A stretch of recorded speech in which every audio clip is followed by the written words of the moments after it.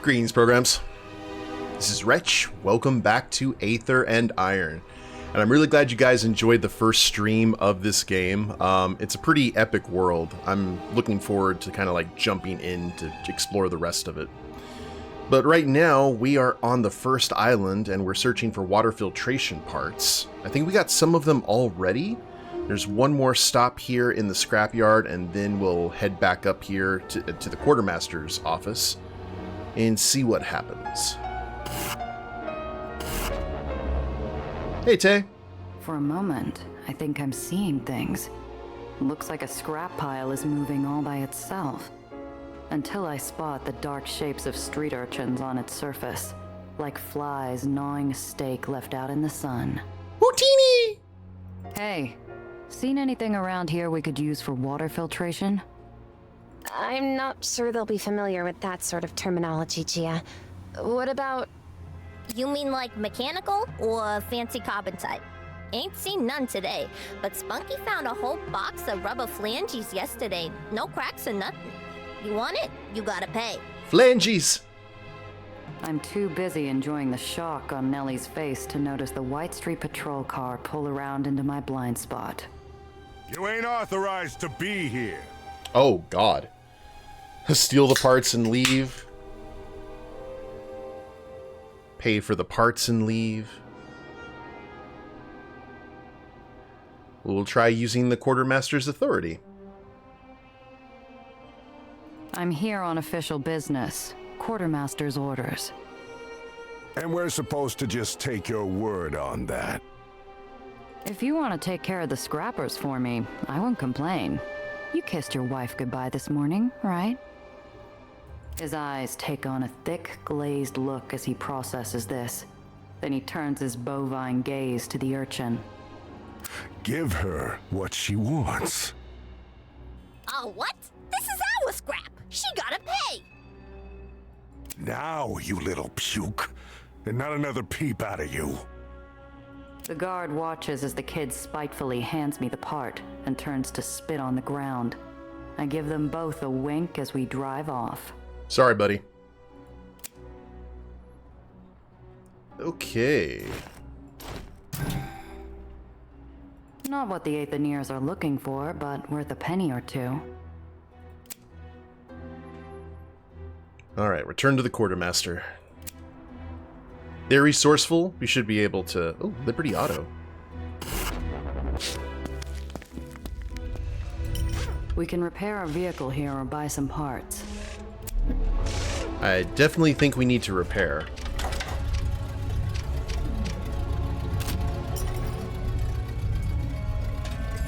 How much is it going to be, though?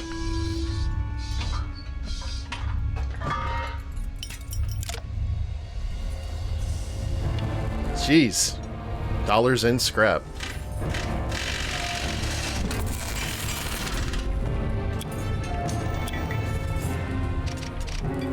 Paint job. Change vehicle parts. Anything cool to buy? Oh. Hello there.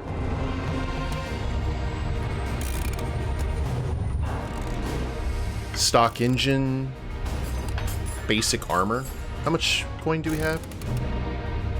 I think we definitely need to grab some armor. What do you guys think? Heat-proof shielding.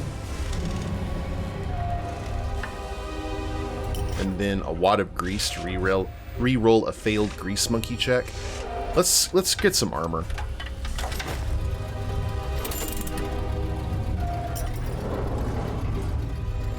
I think that should be good.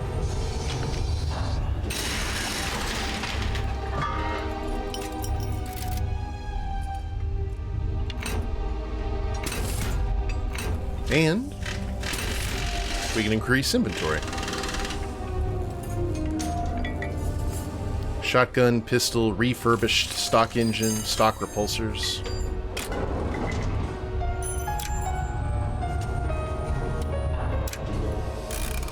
Still, not too shabby.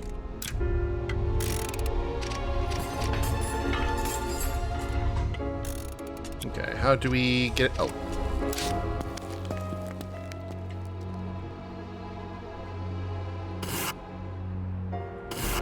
Going up. intelligence officers swarm every path out of the scrapyard, their black uniforms dotting the landscape like spots on a coal-black Dalmatian. There's so many, Gia! There's no getting through that without staining that dress of yours. We'll have to go back to Pitt if we want out of here alive. When we pull up to the quartermaster's office, there's a troop of secret police attending Lutzko and Pitt inside. Neither one looks pleased to be sharing the same air with the other. I suppose this is what they call the moment of truth? You suppose right. How do you want to play it? She looks surprised, as though she didn't expect me to source an opinion. You want to learn how things work in the lowers, Doctor? There's the tough choice and the tougher choice. So choose. Well, as I said, I'm not exactly well-versed in White Street military politics, and I've only gathered minimal data on the relevant parties so far. There are other considerations, too, like... No, you're overthinking it. What does your gut tell you? It tells me we should help the quartermaster, even if times are tough for Alexander and Maria. I can't see them improving if that pitman takes control here. She's not wrong. But she doesn't know the kind of suffering a man like Lutzko can cause, even if he means well. She's never lived a life where you can happily choose a pit, knowing at least there'll be food on your table. No easy way out. There never is. I open the door to the office, and the Whitecaps look up expectantly. Ladies, you're back. I was just... Ah, the Randazzo sisters. How very good to see you again. Side with the secret police, or side with the quartermaster? And blame the scrappers.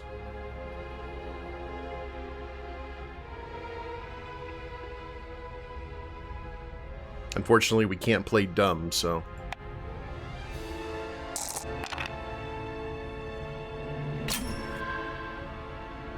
You realize you have a serious scrapper problem in White Street, right?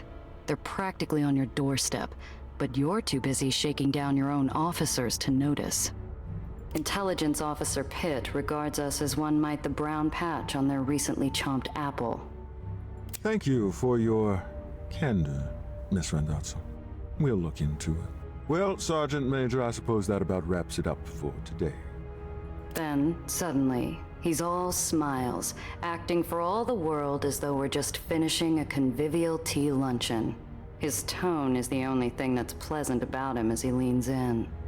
If we meet again, Miss Randazzo, our conversation won't be nearly as pleasant as today's. He gestures to his goon squad and they tromp out. Lutzko wipes his brow. We bought the old soldier some breathing room, for all the good it'll do. But we're also on Pitt's blacklist. We'll have to watch our backs in this barony from now on. There's more heat.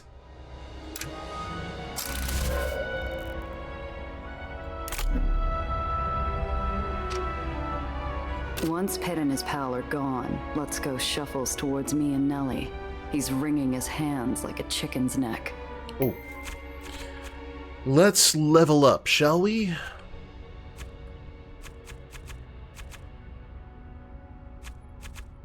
Gumshoe?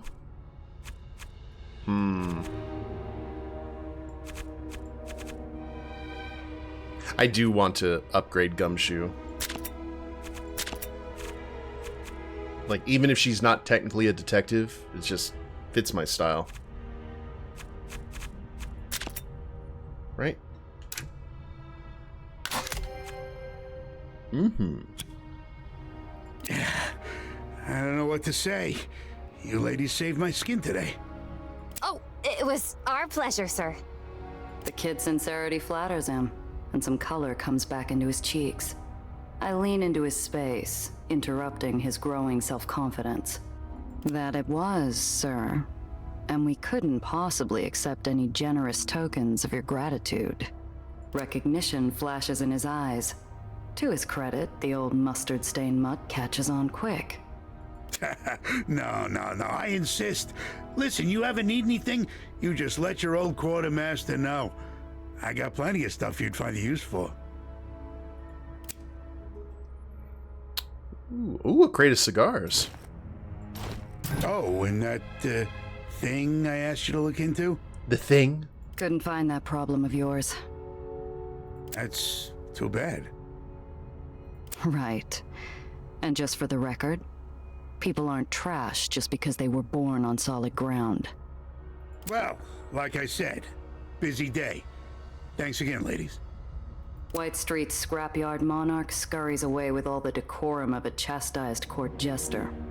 In a moment, it's just me and Nellie, and the wide expanse of White Street. What you got for sale here? Ooh, the contraband. Lockpicks. We could actually just go ahead and sell him back the cigars he gave us. An Aether slug thrower, or sludge thrower.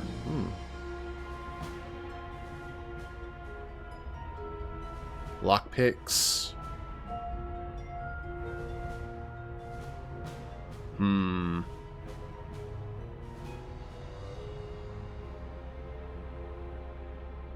Yeah, we're just gonna go ahead and sell this.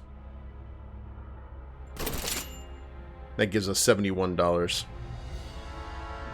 Need that spending money. And that also makes sure that we have no contraband. I'm gonna keep the brass knucks in the glove compartment. See you soon. Like his scrapyard, the quartermaster's in a perpetual state. Alright, we're good. Now the heat shall be on I'm here. running with too much heat. Yeah. And with a fever like this, I can't risk spreading it to Alex and Maria. We need to pull over, lie low, and let the Whitecaps move on. There's a place nearby. Ooh, a safe house? That's so exciting. We're like spies or undercover agents. I'm not tired, so I can take first watch if you need a nap. Though I don't have a gun. Do you have an extra? Kid, if we need guns at a safe house, it's not doing its job, and we're in a world of hurt.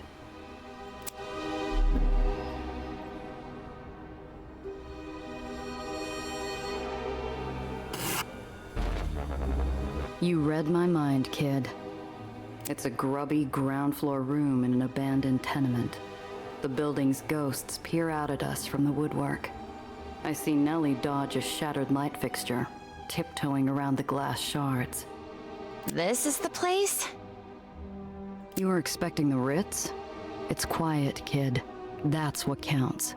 Get comfy.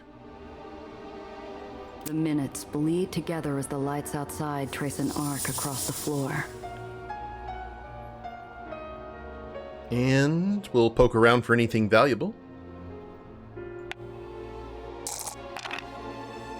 We find nothing. I'd say the place had been picked clean, but there's nothing clean about it. It's empty and spent. Is it safe now? Can we leave? Yeah. Drink it in, kid. We won't be seeing this place again. Oh, we lose all of our heat. That is very welcome. But we have to go through the blockade right now, so... The checkpoint's still abuzz with angry White Street wasps, their stingers twitching in search of some flesh. White Anglo-Saxon Protestants? Traffic grinds to a stop. Soldiers and intelligence. When traveling, you'll encounter checkpoints. At a checkpoint, you may be searched for contraband. Your heat plays a large role in how you'll be treated. The higher your heat, the more likely you are to be searched. There's a chance you will be waved straight through when traveling with low heat. Officers are casing each car for contraband. After a terse chit-chat with a few guards, liberally aided by Nellie's sweet smile, they wave us through. Open the gate. This one is free to pass. Huzzah!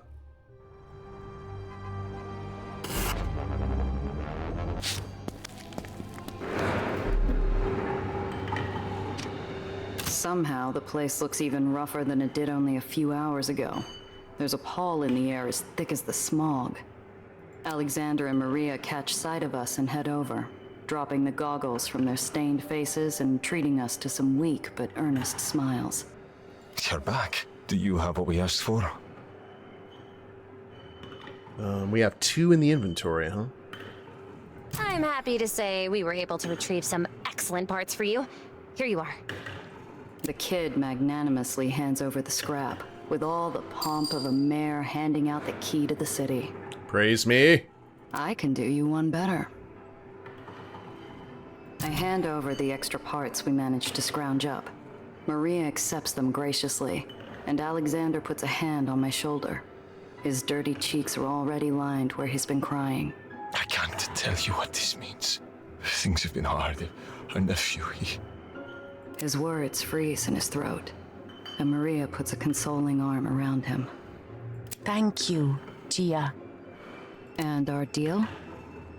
We're true to our word.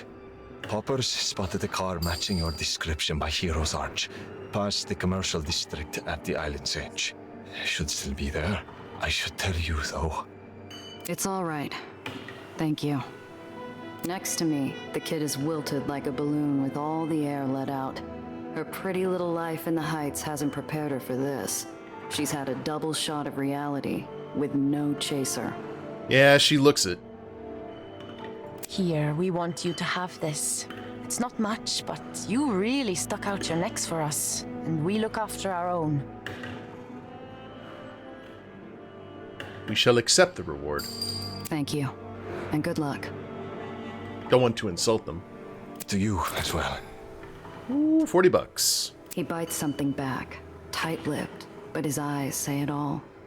Usable scrap wasn't all we gave them today.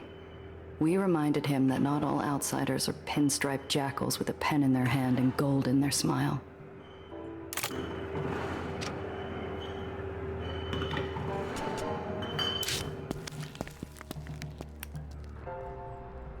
Where's our new locale? Oh. Hero's Arch.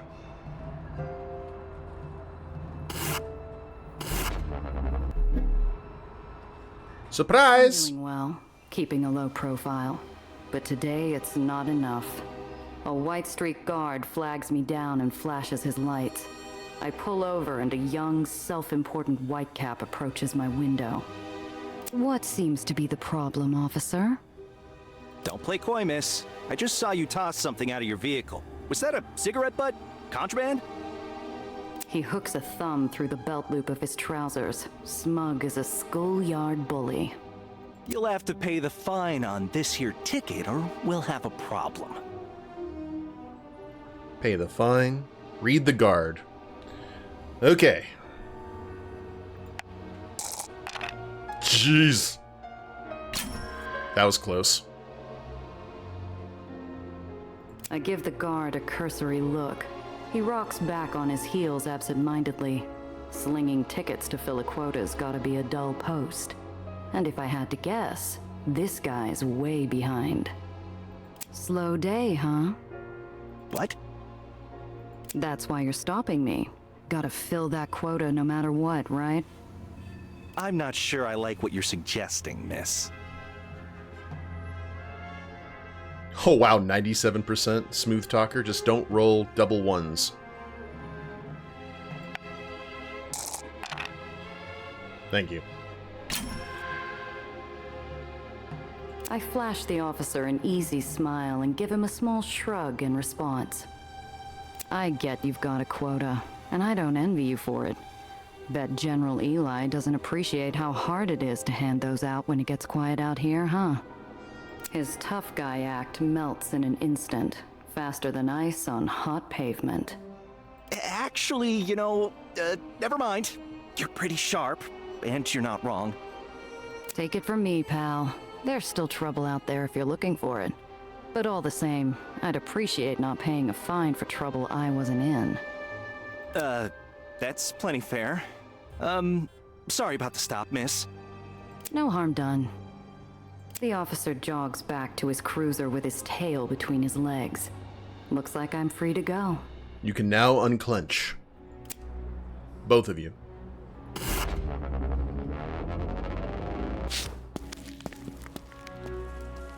My whole livelihood sits there abandoned, abused, and torched beyond recognition. Kept company only by effigies to the long dead. The smell of my burnt future still lingers in the cold air. Oh, Gia, your car! I'm so sorry. This is all my fault.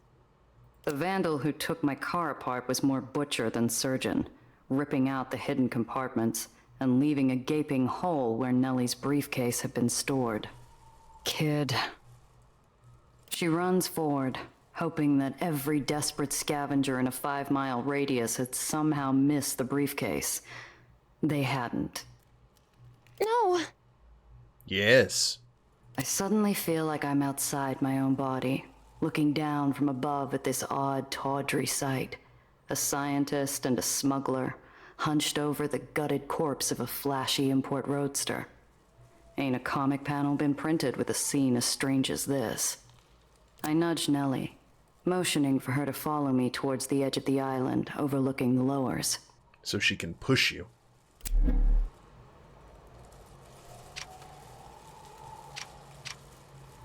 God, I love the art in this game. It's so good. Crumbled remains of White Street's last purge. In the red flash burn when I shut my eyes, and the ozone stings in my nostrils, I feel history repeating itself. Among the forgotten and decayed, I almost dismiss the rotting crate as another corpse, until a glint of light calls me. Colored glass peeks through the gaps, and not the kind you usually find in White Street. Ooh. I lift the crate. Waterlogged wood and molding straw fills my lungs. While fighting for air, I feel the bottom of the box open beneath my fingers and make a catcher's save. Safe. Oh god, crate of booze. Heavy and considered contraband on some islands. Let's party. Oh.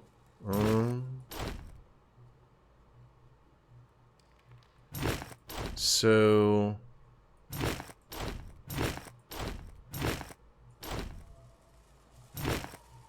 Inventory management. You almost got us out of this hellhole, baby. Looks like I'm hitching the rest of the way. Rip to the Chimera. I can't bring our baby back, but maybe I can do the next best thing.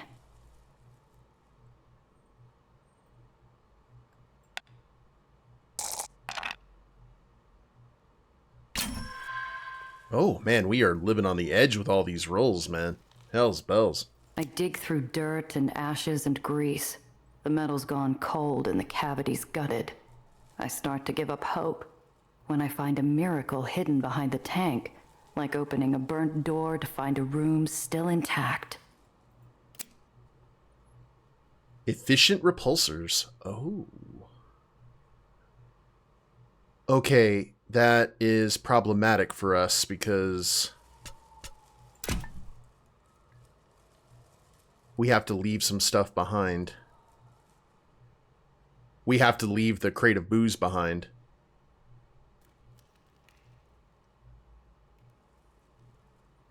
Wait, no, not necessarily.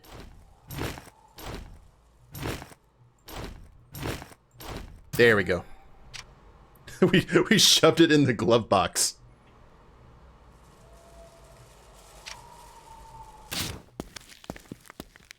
She somberly shuffles over before taking a seat next to me.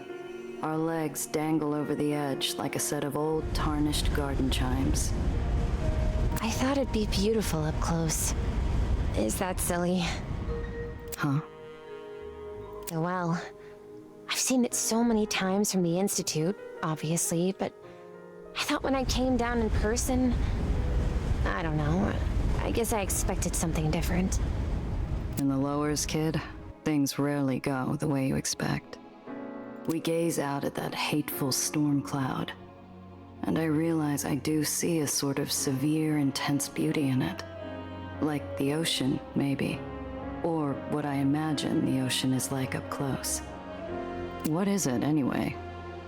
The well? It's a unique gravitational phenomenon.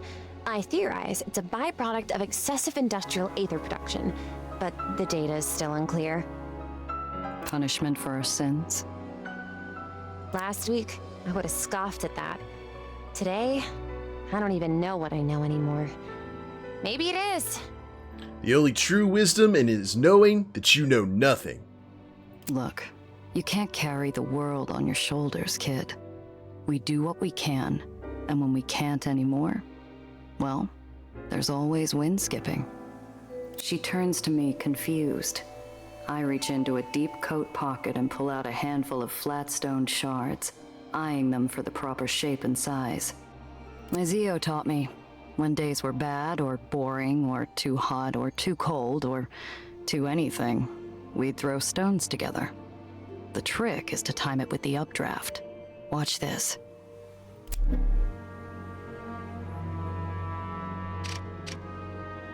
Teach Nellie wind skipping. Some say that Dreamland is too big to fail, that Nation's Crusade is a new unstoppable force, but with White Street on the warpath. Last time I did this, Needles and I were fighting again. Couldn't hurl a rock at his smug face, so the empty sky had to do. Neither of them deserved it. A soft fragrance fights past the breeze, and I realize the girl's wearing perfume. Vanilla and rose.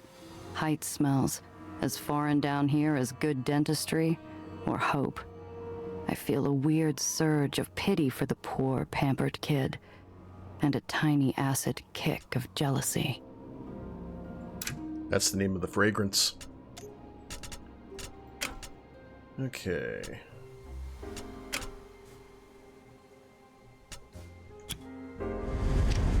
The shard catches the wind and flies into the sky before disappearing into the noise of the city. Nellie's eyes brighten.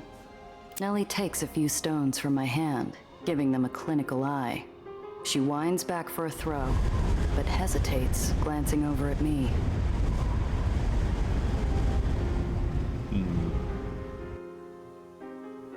Let's let her figure it out. She's smart. She turns over her stone, memorizing every bump and ridge before tossing it into the draft. It isn't much of a throw, but I have to hand it to the kid. She times it perfectly, and that stone flies better than any bird. Well, what do you know? I do feel a bit better. See? Nice throw, kid. Thanks! Not that difficult, once you factor in mass times force, accounting for the wind, of course. All right, easy there. You ain't pitching for the Metromaniacs just yet. We sit in silence a little longer before the wind begs me to say something. What's so special about that briefcase of yours? Oh, I've been tracking the growth patterns of the well for some time. Recently, the etheric charge in the storm band spiked, building in both intensity and atmospheric disturbance. Blink. I shift my weight into her shoulder, rolling my head and then my eyes. Come on, kid. You going to bore me to death after a day like today? Something recently made the well stronger. Much stronger. If I can stop that, I might be able to stop the well from consuming the lowers altogether. You're serious, aren't you? You really think you can fix it? Yes, but without my notes, I'll have to start again, collect some more data. I remember most of the model, but recreating some of the theorems will take time.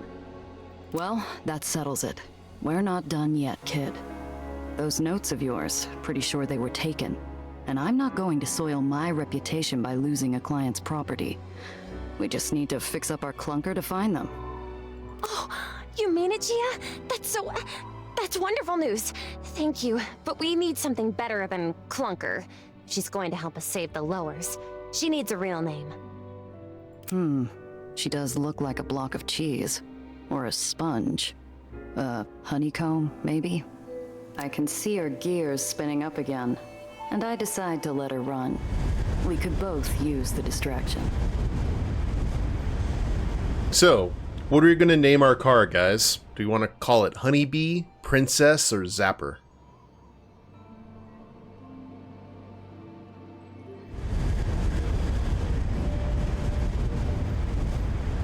A very, very different flavor than Chimera.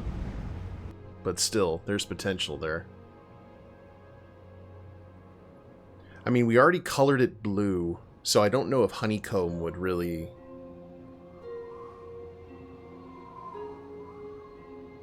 Oh, you think it should be called honeybee painting? You know what? We can go ahead and color it back to yellow. It'll look like a taxi cab. You're right. Squint hard enough and she kind of looks like a honeycomb. But that's no name for a car. How about honeybee? I love it! You think we could find any yellow paint? Something bright? Or would that draw too much attention? The bad kind, I mean. Well, as we stand under the gloom of the well, the world somehow manages to look just a tiny bit brighter. I think your uncle was right earlier. The wind skipping did help. Thanks, Principessa. Trying out a little Italian? We'll work on it. Something easier. But you call me that. I should be able to call you something. I've already got a name, kid. But let me know if you think of anything. you can call me Sir. Let's head home, kid.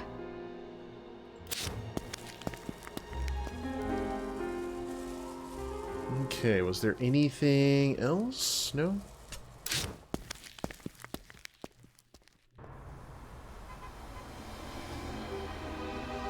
Return to the hole and tell Crest the bad news. Alright.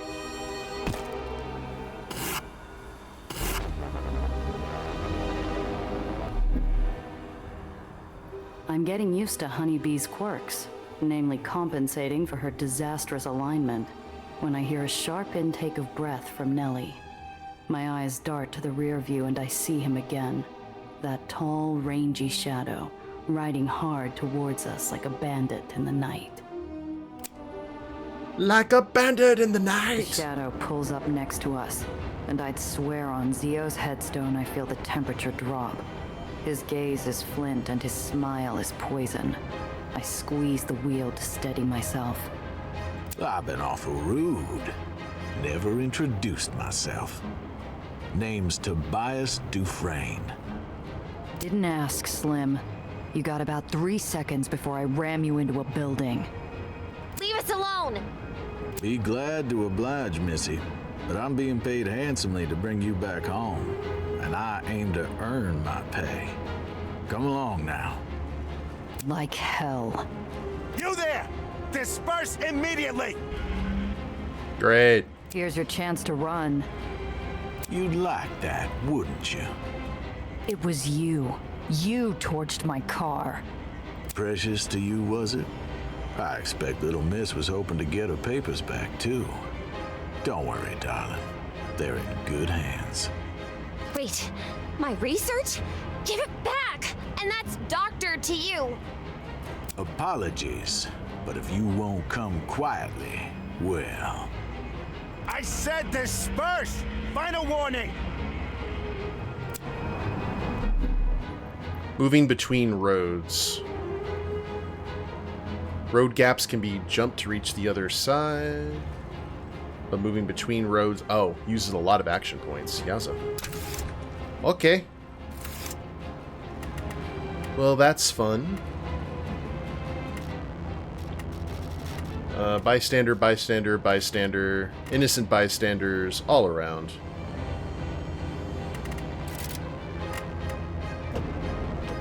Good thing I have a shotgun right now.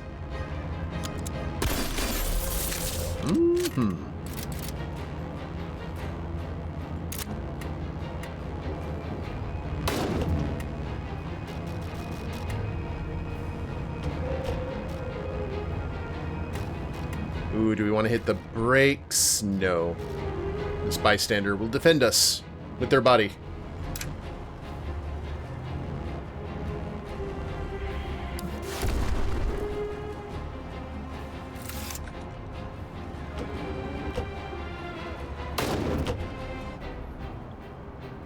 Well, ain't that a shame? Crap.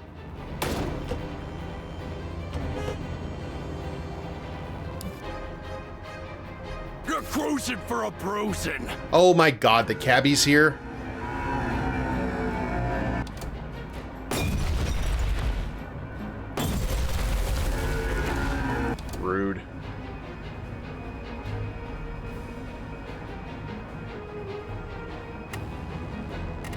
Well, we're on fire. Let's go ahead and deal with you. You won't stop me that easily. This isn't over.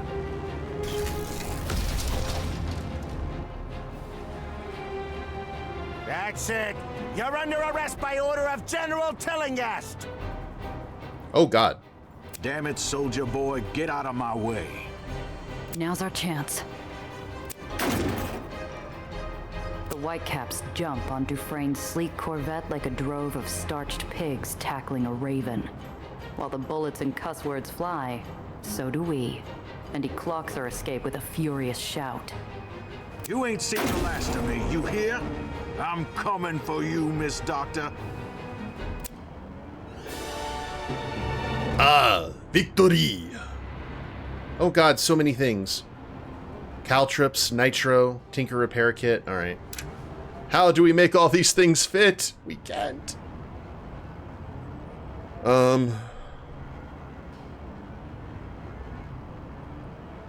Hell's bells. And we got caltrips as a undercarriage weapon. Hey, Deacon, what's going on? Welcome. Good to see ya.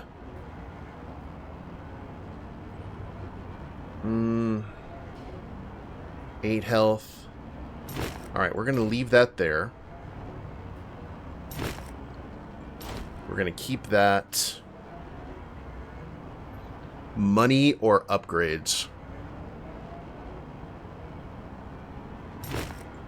But with money, we grab upgrades.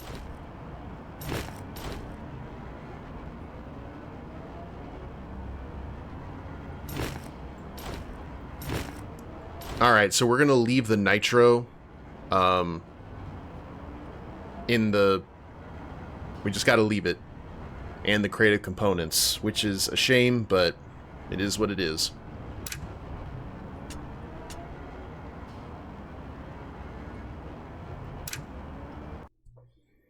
You've been learning a bit more about this band from Canada? Angine de Poitrin?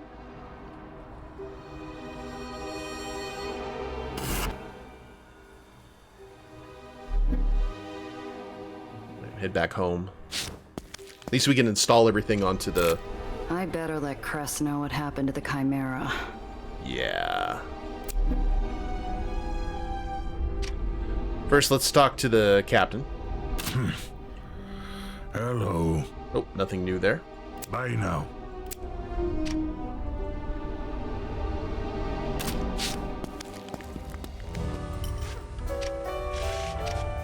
The stash. 40 for the pistol. Right,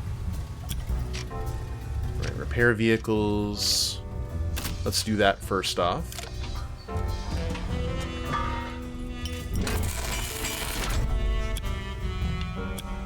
We're also going to go ahead and change what it looks like, because this is the honeybee, right? Yellow. With the black.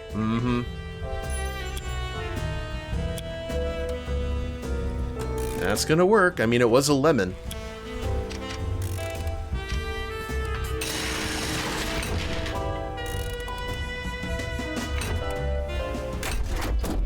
Caltrips and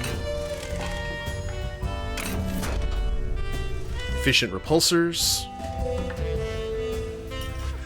My dad actually had a Model A hot rod that was this color too.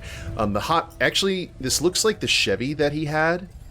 The Chevy that he had that we used to drive around on Saturday mornings was gray and had like purple and pink stripes near the bottom. Oh, I love that car.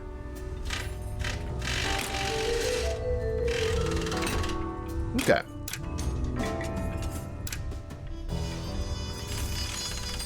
Yes, we are disguising ourselves as a cab. Crazy taxi.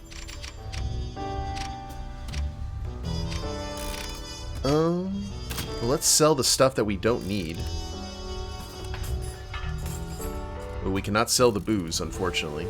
We can sell... the old repulsor.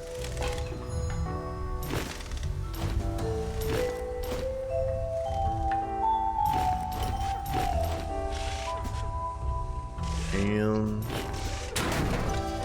there we go. We got a little bit out of the way for it.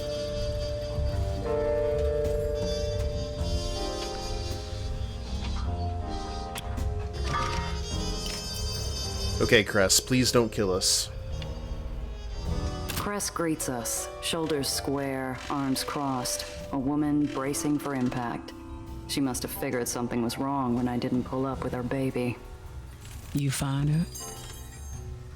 She was gutted. Nothing left to salvage. Except for the repulsors which we just put in our car. Expecting the hit doesn't make it hurt any less. Her shoulders fall. It was awful. Ugh, she was an incredible machine. I've been in Heights cars with brace stablers that weren't as well optimized. Is this that ray of sunshine that's been following you around? Yes, hello! I'm Nellie. It's a pleasure to finally meet you. I've heard so much about you. All good things, of course.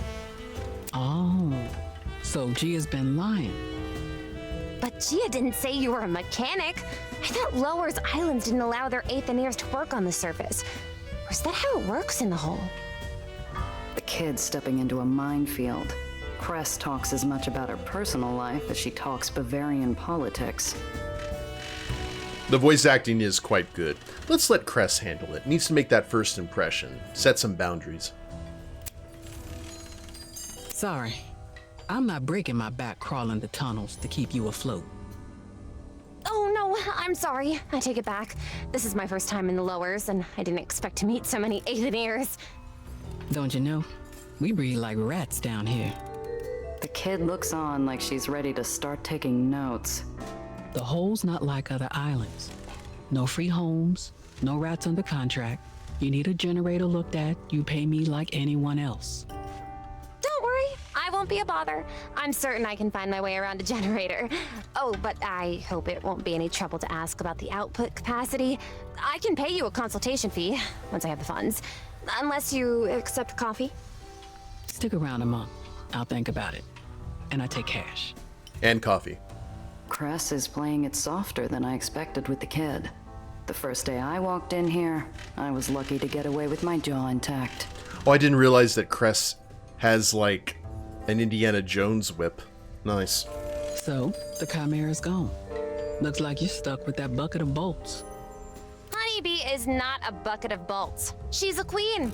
All she needs is a fresh coat of paint. Which we already did, Nellie. You named her.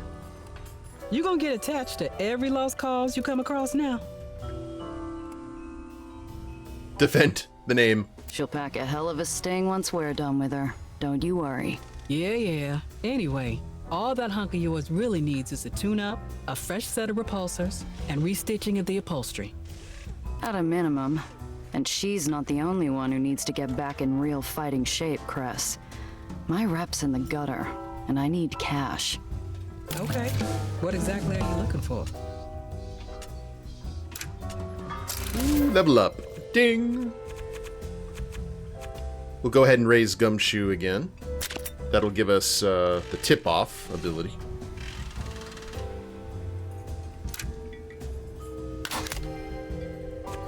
So we've got something from Hustle, we've got something from Smarts. Now we need to see... We've got Enforcer, Grease Monkey, and Daredevil. I think Daredevil gives some real Han Solo energy. So I think we'll have Daredevil as our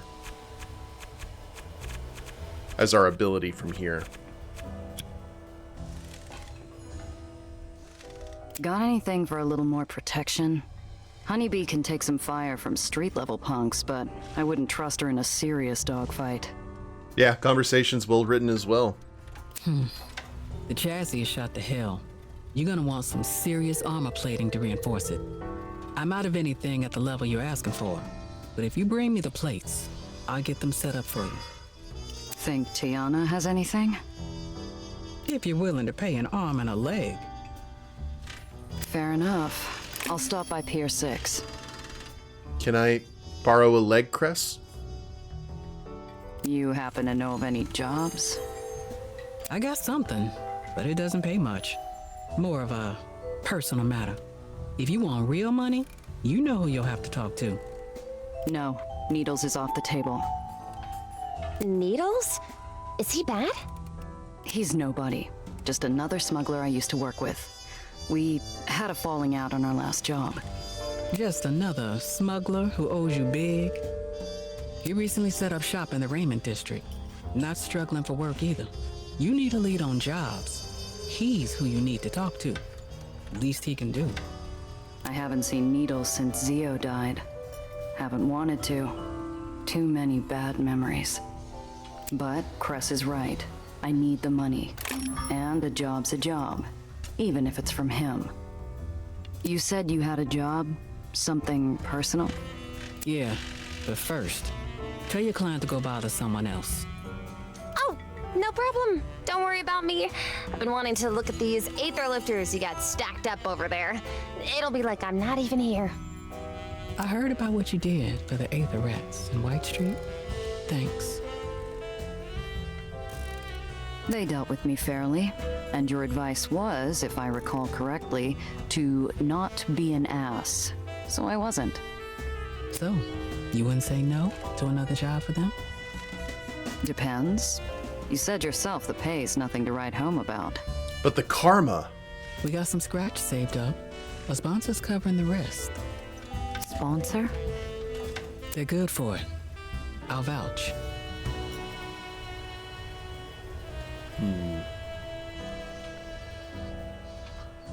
I think we trust Cress enough that that's enough. We'll just... What's the job? Nothing else? You good? Okay, good. See, she would have got offended had we kept on poking. I need a getaway driver. We're breaking rats out of the tomb. If Cress is trying to make a joke, it's a poor effort. No one escapes that upside-down prison. Not alive, anyway. At best, you get to enjoy 10 seconds of freedom before you give the Earth a goodbye kiss. Barons usually leave rats to the terriers. Why'd General Eli bother to lock him up? He's a paranoid tyrant. He doesn't need a good reason to keep you in a cage. I just want to know what sort of people we're helping. Good people. Good. There was a wasting outbreak in White Street. Rats thought it had something to do with the water shortage. Eli didn't like them talking, so he put them where no one could hear them. No one escapes the tomb, Cress. Maybe Eli shouldn't have locked up the same people who keep him afloat. My people have a way into the garbage system and the trash chutes that lead outside. And we're going to take out the trash. So, what's my part in this? I've seen you steer out of gravity slips like it's nothing. You're plenty capable of a pickup. It's a two-person job. I'll drive the barge there, but I need someone to keep unwanted eyes off us along the way. Like Smokey and the Bandit. Okay, we're not going to press info about the sponsor. Maybe we'll figure that out a little bit later. Okay, Cress. I'm with you. Good. Only certain barges with military clearance are allowed near the tomb. I got one lined up. Let's meet there first. Add Cress to your crew. The tomb's crawling with whitecaps. They're not just going to let us drive up and make off with a bunch of convicts. That's where you come in. I need someone who can get physical when the time calls for it, or keep me from being seen. Like old times. We haven't done a job together since the carnival. Yeah, well, I've been busy. And let's make sure this job goes better. It took me weeks to get the smell of wet lion out of that car. Oh, Cress recruited. Nice. Drives wagons, flatbeds, and sedans. Attributes are brass and smarts. Two things that we do not have. Oh. We can upgrade?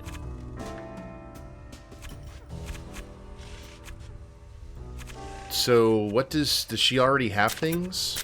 Oh. Oh, I see. So out of these 4 talent points, I would go with Grease Monkey. Definitely.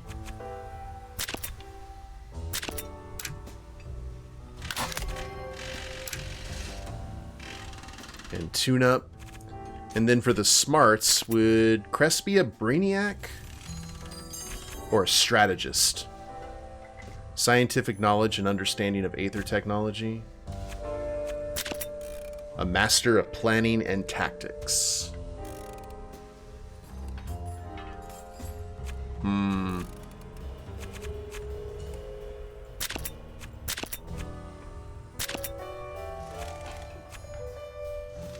That lets you repair and buff allies in combat. Yep. We'll go with that.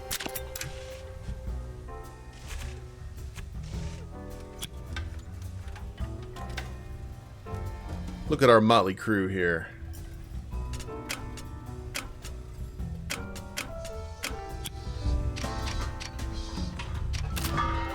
So we've got a flatbed now. Let's go ahead and look. Oh, you've got no weapons.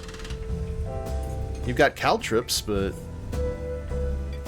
Welding arm. A welding torch attached to a mechanical arm. Good for vehicle patchwork. Heals. Oh. Hey, Paradise, what's going on? Let me go ahead and give you a shout out here. Appreciate you. What were you playing?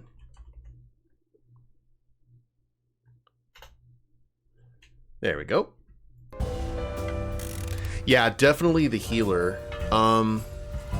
Let's go ahead and move the welding arm to the right side, maybe. And... oh. So we can equip basic armor, but not the pistol.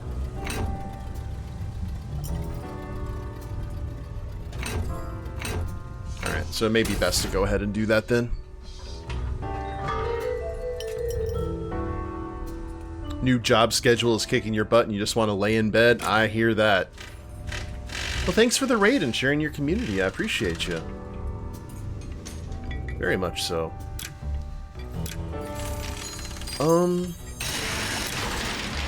Is there any other parts that we can buy? No. However, we have more storage now that we've got Cress on the team. So I do appreciate that. A storm brews on the shallow ferry platform, where the kid hovers over Mr. Throg, crackling with frustration like a gathering thundercloud. The old ferrymaster, like stone, resists the squall. Maybe I'm not articulating myself properly. You can hear me, can't you? Loud and clear, girl. Well, okay then. Let's cast away, or whatever the expression is. Sorry, but no. Ferry's closed. Oh, Gia, thank goodness you're here. You gotta help me talk some sense into this man. He won't... She wants to visit the well. Miss Reinhardt might have a death wish, but I most certainly do not. She balls her little fists, barely suppressing her frustration. A new tempest is about to erupt when I steal the wind right from under her. Pull the rug. You were going to run off without me, kid?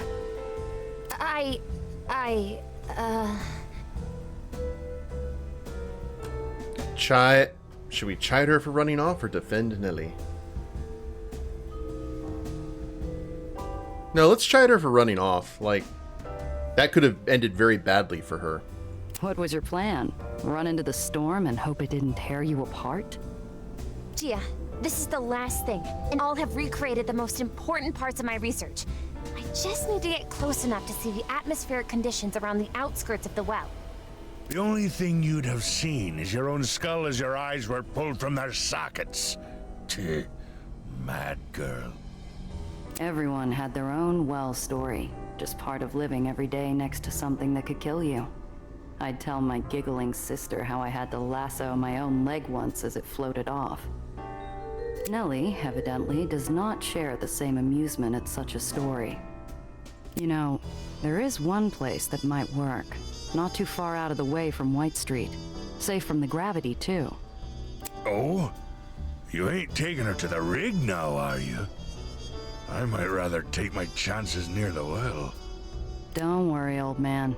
Ghosts don't scare me. Ghosts? Ghosts?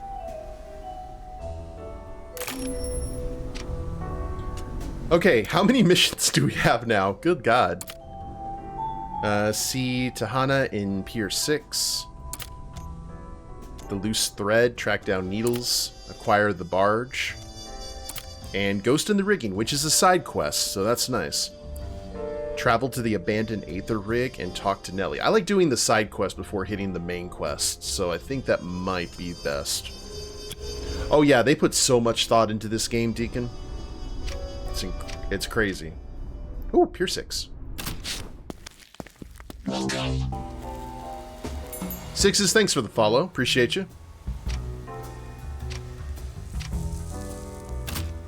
Okay, we've got our stash. I'm going to equip the rusty pistol here because we may want to go ahead and sell that.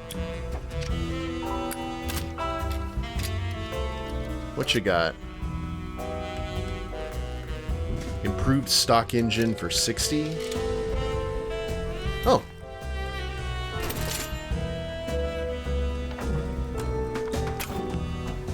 Nice, nice, nice.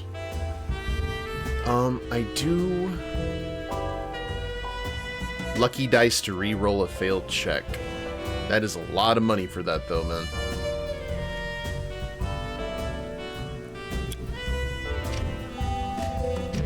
Let's... Can we look at the cars, though?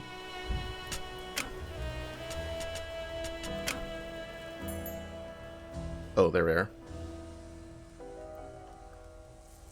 We've got passenger storage. I have a refurbished stock engine already.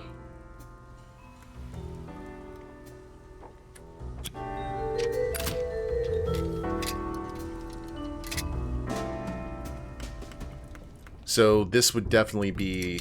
Yeah, we're going to go ahead and buy this.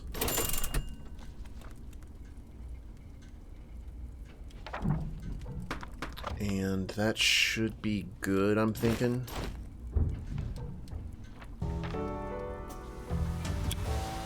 Before we talk to her. Oh.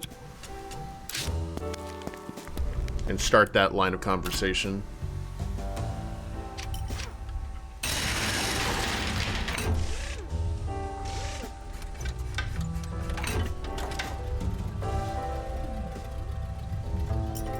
What the stats on this? +4, +2, +8, +3. Yeah, buddy.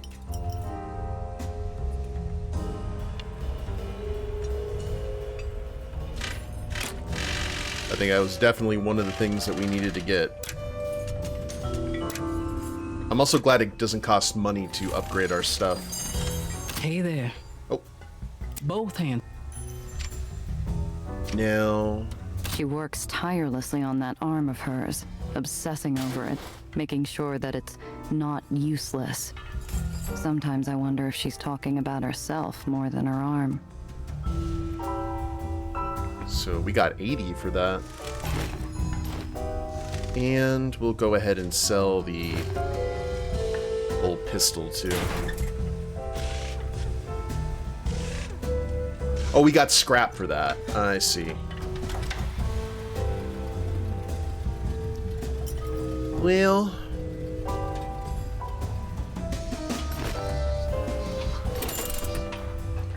Let's... I don't know if we need scrap or if we need... Here. We'll go ahead and scrap... We'll scrap the engine.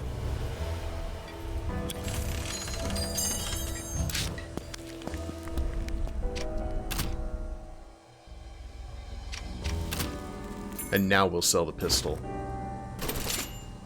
For just a little bit. And let's have our small storage compartment be for repair kits.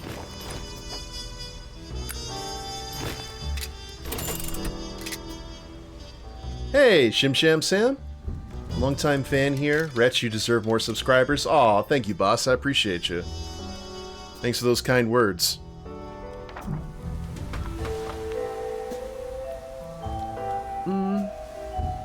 I don't want to spend 60 to re-roll a failed check. That's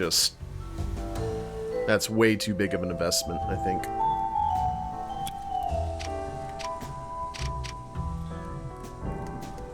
Tiana, my black market fence, is as sharp as they come. From the cut of her cashmere jacket to the razor line of her jaw, she can draw blood with a glance.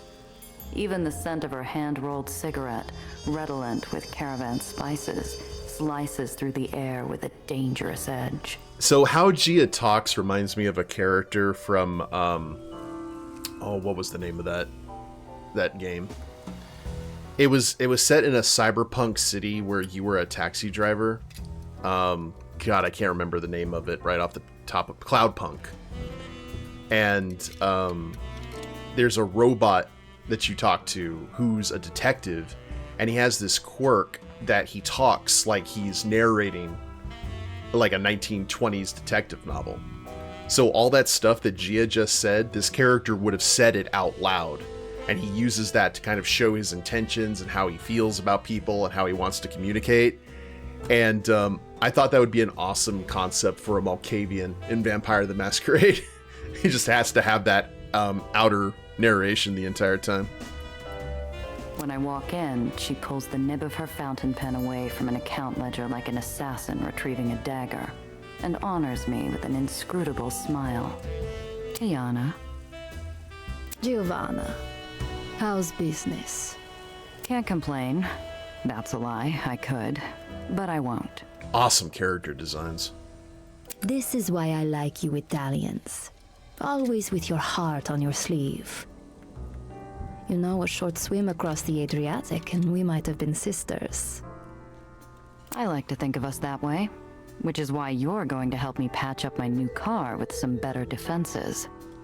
Am I now? Charm the pants off her.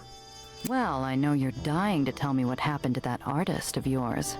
Might even stick around to do your braids, if you're nice. Does the robot narrate in the third person? I don't remember, kind of. The detail of the hand-rolled cigarette is a nice touch. Mm-hmm. Oh, how tempting. But I think I'd rather if you owed me a favor. Uh-huh. What kind? The kind you're good at. Her long fingers reach into a hidden pocket and retrieve a photograph with a slip of paper, which she slides across the table to me. Her perfume follows. This is Saoirse Byrne, but don't call her that unless you want to lose an ear. To the lowers, she's Bangor. Nasty little thing from Northern Ireland. Leads a street gang called the Madrigals. A real charmer. You're to intercept a cargo train carrying crates of weapons through White Street. You will bring those weapons to Bangor, collect the money I'm owed, and I will be happy to source you some steel. We'll go through all of these and then press for more info. I look like an arms dealer to you. What kind of weapons are they, anyway? You look, Giovanna, like someone I am paying to get this done. Don't worry about the weapons. Nothing you haven't seen before. How exactly am I supposed to catch this train and grab its cargo? You do not tell me how to conduct my business, and I do not tell you how to conduct yours. This is equitable, no? You figure it out. Did Disco Elysium popularize this kind of UI, or was it already a staple of the genre?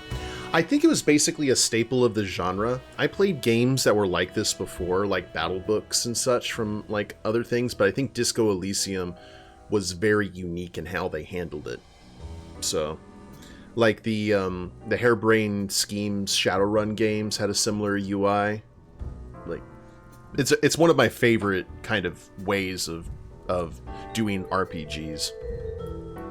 All I know is the rail runs along the left side of the road the whole route. Do with that what you will. She said, stop asking me questions. Yes, now to ask more. Nothing makes a job more dangerous than going in blind. It can't be as cut and dry as she says.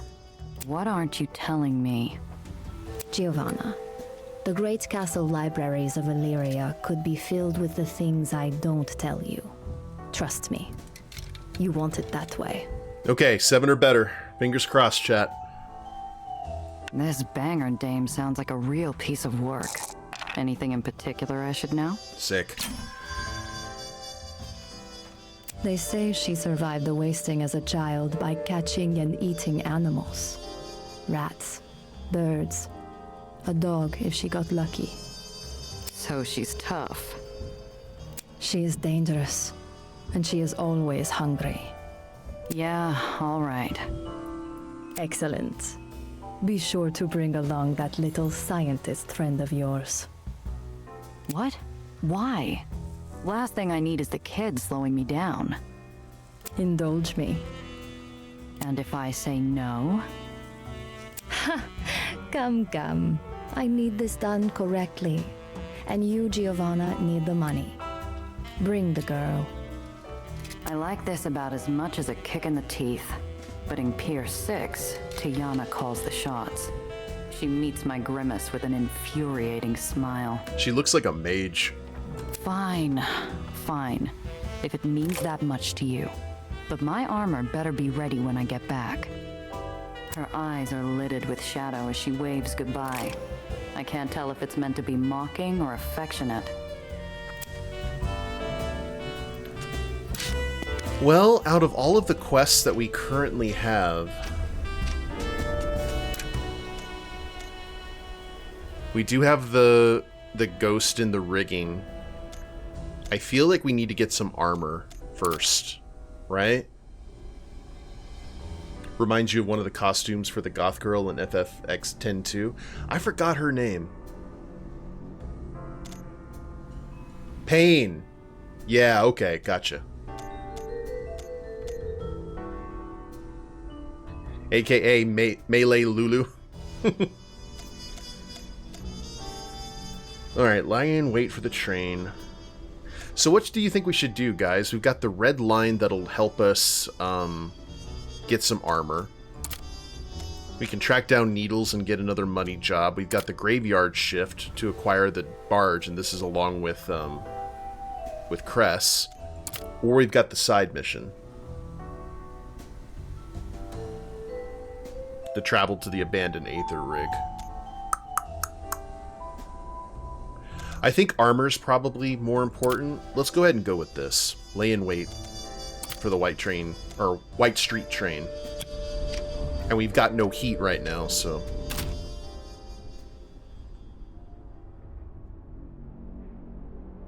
Oh, we got multiple missions here. Let's go. We've got so many things to do.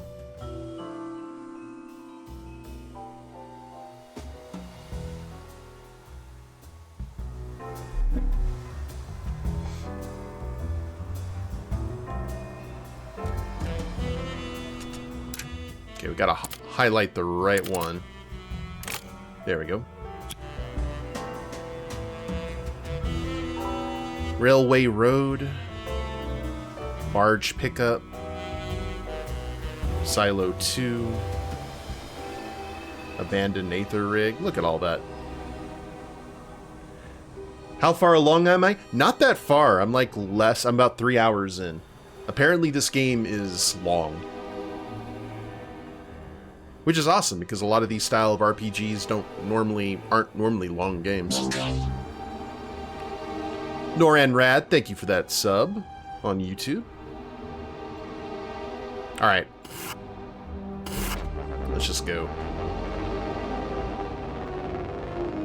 Like a trio of ants excitedly making themselves busy around a chunk of fruit, the whitecaps ahead harass some poor soul in a dinged-up flatbed. Too busy with their current treat, they wave me on, You don't look like trouble. You're fine to go through. Thank you. Wait, what is this? Does the There's skull? the train just oh, ahead. Okay. All right, what's the plan? We get alongside, we steal the weapons, we get out. Okay, I'm ready. I think. Are you ready? Sure. Are you ready to begin this action sequence? Born that way, kid.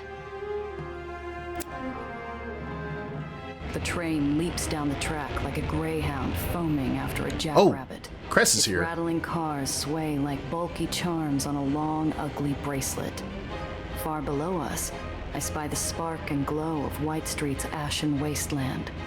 I come to a grim realization. We're above the burn pits. This isn't good. Honeybee won't last long in this heat. The what pits? Past the pits, the tracks go into the Undercity. We have to stop the train before then. Sorry, what do you mean, stop it? We have to derail this train, kid. Ideally before this car melts. The city's a blur, but the cargo door beside us is tantalizingly close. Almost like I could reach out and touch it. Leap into the moving train? Yeah, no. I'm busy trying to puzzle out how exactly Tayana meant for me to derail a moving train when I see lights in my mirrors. Whitecaps. Terrific. Call for backup! They're trying to stop the train! Choo-choo. Gia, look! I see him. We don't have time for this. Maybe we can end this scrap before it starts.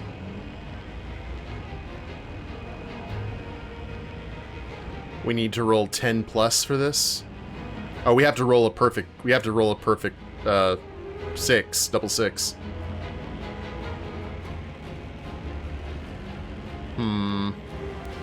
Oh, it's because our heat is -2. Well, let's get the fighting. AoE abilities can hit multiple vehicles at once. Use them strategically. Hitting several enemies in the right spot can turn the tide of battle. Found this channel from your Sherlock Holmes games. Thanks for the awesome content. Oh, you're welcome, Rad. Oh, the heat is on. Okay. Dispense caltrops. Jeez. How do I want to go about this? Let's go here. Choo-choo.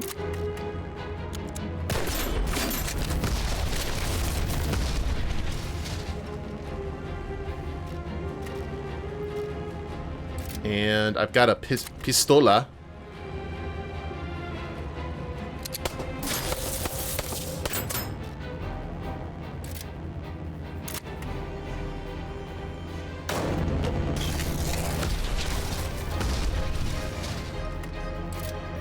Man, I like it. Good stuff, good stuff. There goes plausible deniability. Alright, oh, I see, I see. Alright, so I've got to basically go in, hit, and leave.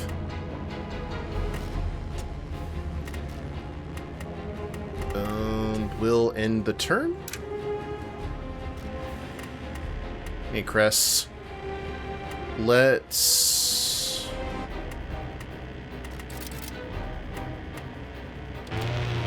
move here.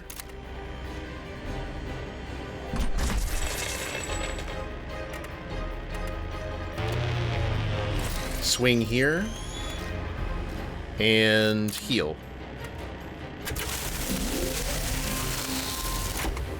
Put that fire out, right?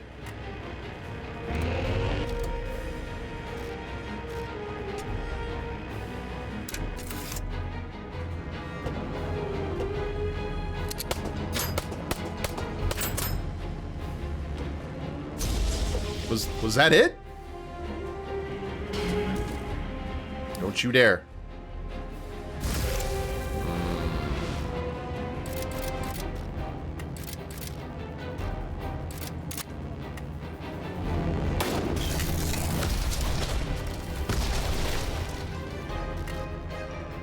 I can't. Oh. Move. Ow. Shotgun.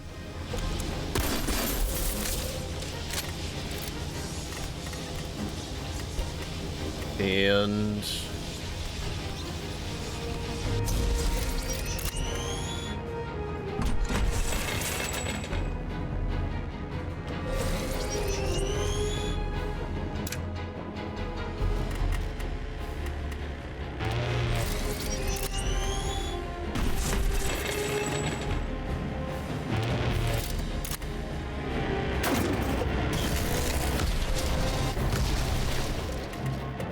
Cool.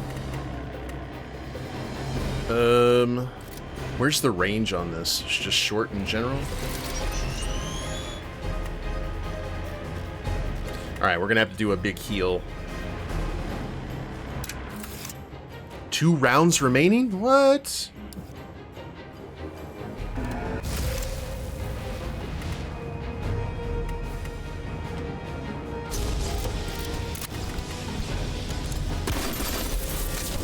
Oh, 2 out of 4 rounds remaining. I see. I think we can do this.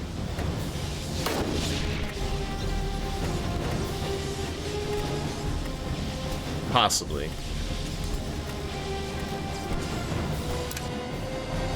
I think we kind of just have to tank it.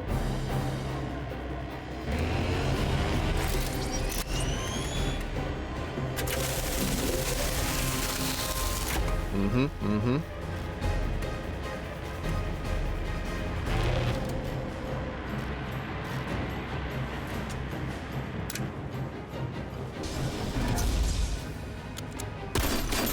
That's fine, Cress. Take the heat for us.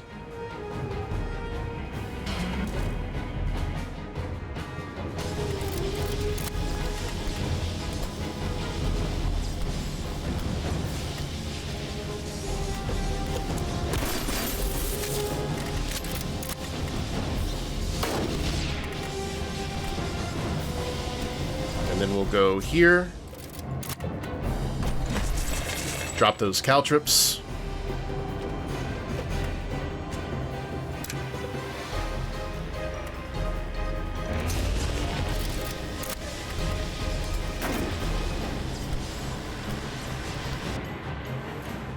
I did it.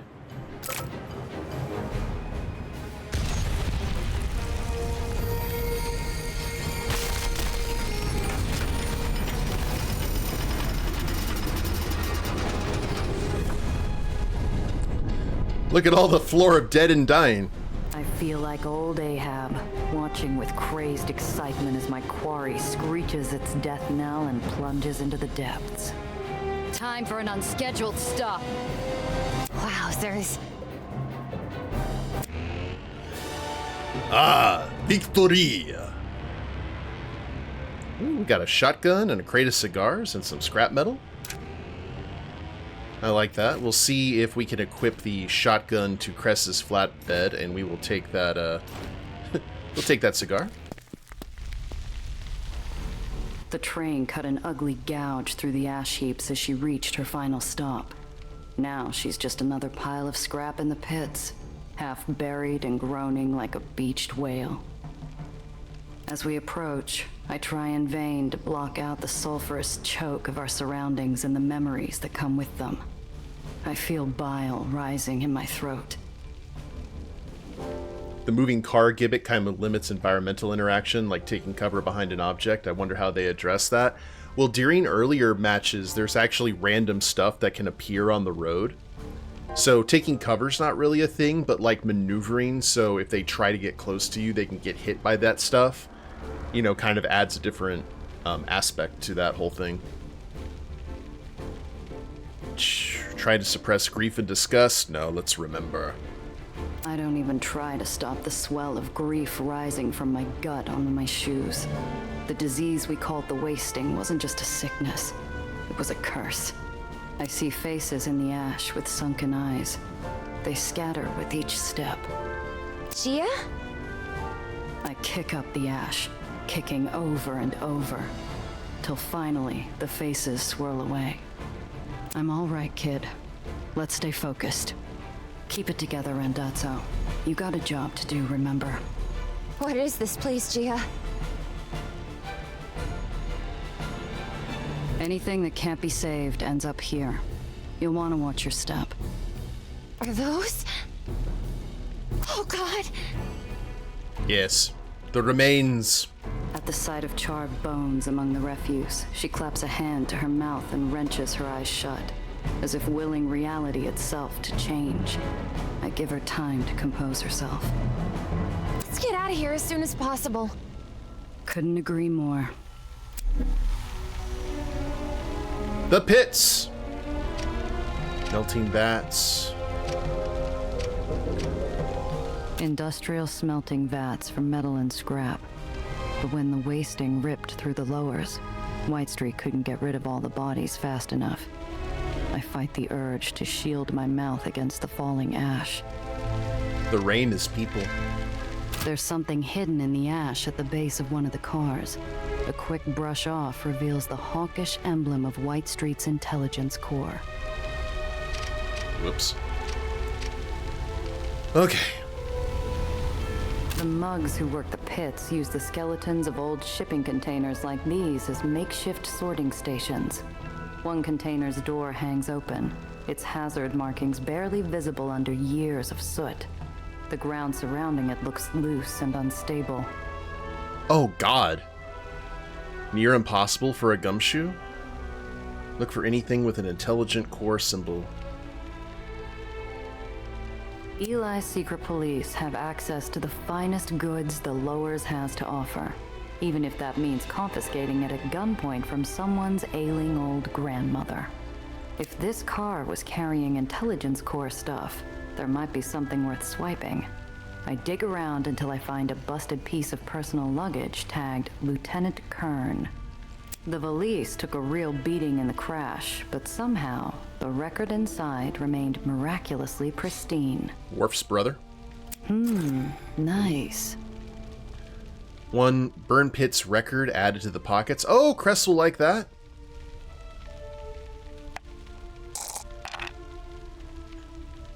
Worth a shot. I'm knee-deep in ash and debris when the ground lurches under my feet. The unstable pile of detritus I'm standing on starts to slide, dragging me towards a nearby pit. I scramble backward, my boot dislodging something heavy, and probably valuable, that tumbles down into the darkness, swallowed by toxic smoke. Oh, great.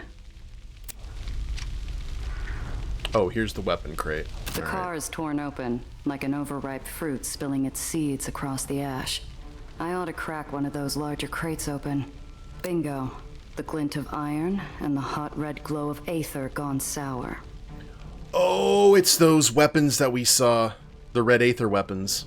To my eyes, the ordnance looks a lot like that cockamamie Aether cannon General Eli had strapped to his truck. Only these are handheld, ready for his goose-stepping goons and their itchy trigger fingers.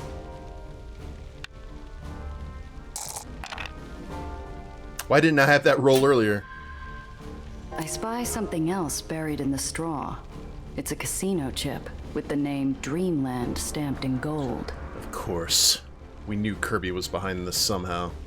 Well, well. What is it? The whitecap who loaded up this crate is surely gonna miss this. Seems a few of Eli's heavies spent their furlough off in Mar Magdalen's paradise of vice. Wonder if the good general knows where his boys have been sneaking off to. Dreamland poker chip. A high-value poker chip from Pandemonium Casino on Dreamland. Worth a penny or 3. The guns pulse with a steady red glow. Grab a weapon to keep for yourself? Oh, God. What do you think, guys? Should we take a red Aether weapon? Or should we honor the contract and just leave it alone, because that's not our thing?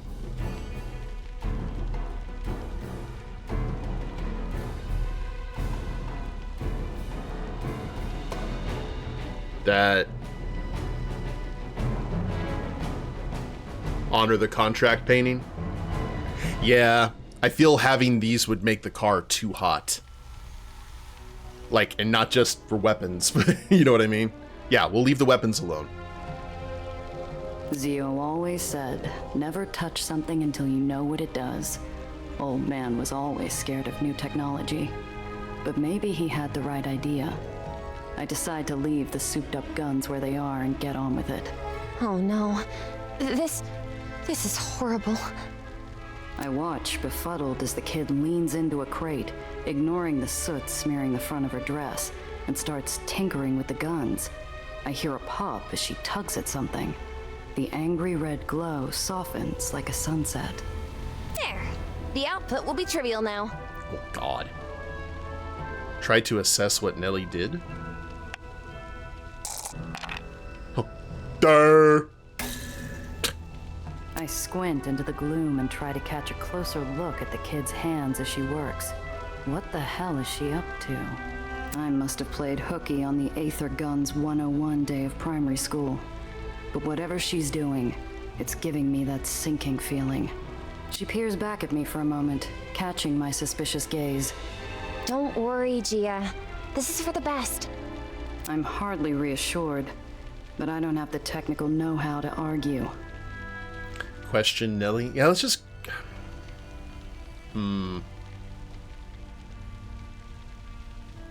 Nellie, what did you just do? I pulled out the overflow conduit. Now they're venting. See? Harmless. Keeping my voice level is a challenge, but I manage somehow. Harmless. That's right. And thank goodness. If just one of these were to get out on the street. Well, she just compromised our job. Are you kidding me, kid? You just deep sixed the deal. Why would our buyer want guns that don't work? No, it's all right. We can still sell these. They'll be incredibly useful as small power sources, or maybe even industrial tools. She continues her sabotage, the lights of the crate dimming. Then she rounds on me, her sunshine eyes burning with sudden fire. You're gonna get a shot, kid. Nellie, you can't. You need to stop. I'd had the audacity to stop Hephaestus mid-swing and the kid rounds on me, her sunshine eyes burning with volcanic fire. This is Aether. This is my field. I know the specifications. I know the output. They won't hurt anyone now, but I can still convince the buyer to take these. I know I can. Please, Gia. You saw what happened at the parade. Let me do the talking. Trust me. She's tense, her teeth gritted.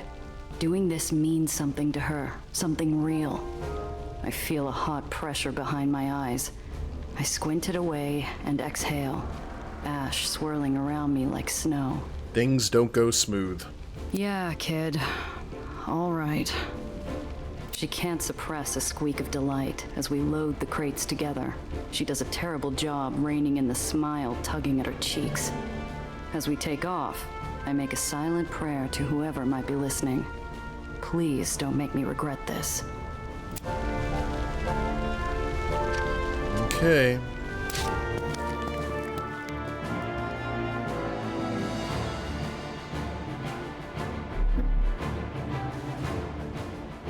Junction. Oh, okay.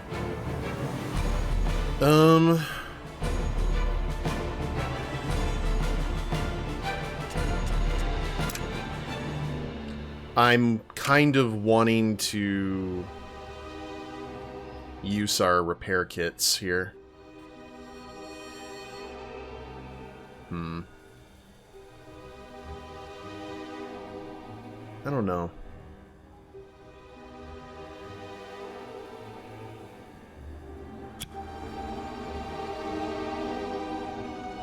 Can we go down here and actually equip some things and repair before we... I'm gonna try. Crap.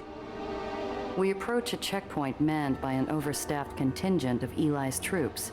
They look fat and happy, just the way I like them. This should be a breeze. I hope. You look like a fine, upstanding citizen. Move along and have a fine day, you hear? Oh. Cool.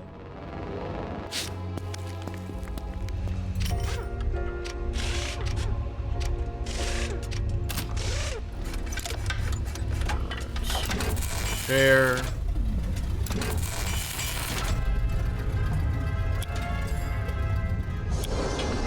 That wasn't too bad.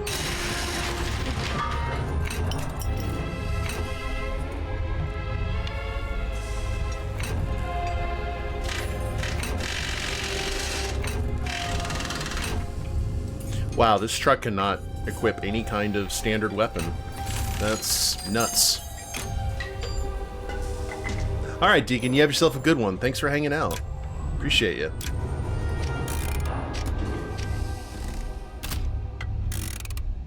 Do we want to buy some basic armor? Well, we're about to get some, like, decent armor anyway, so... Or, wait a minute. Do I want to do this? Do we want the honeybee to have double shotguns? Yes!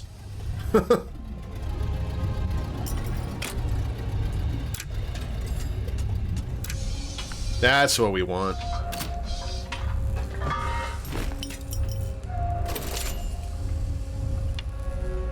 And we'll sell the crate of cigars as well.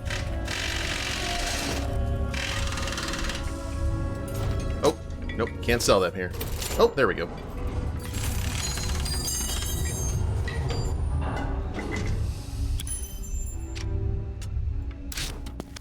I think it's good that we did this.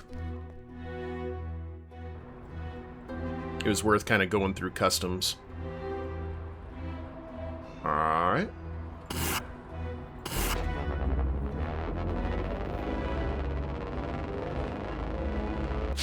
Smooth sailing.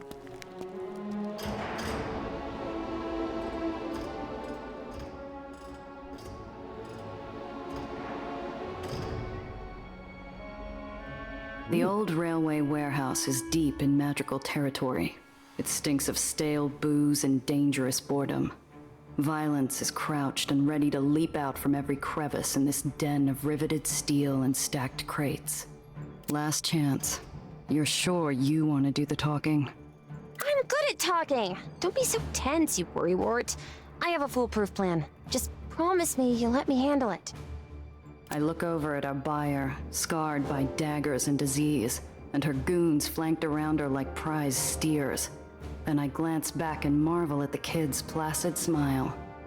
All right, kid. I promise. She can't possibly know how much danger we're in. Maybe it's better that way.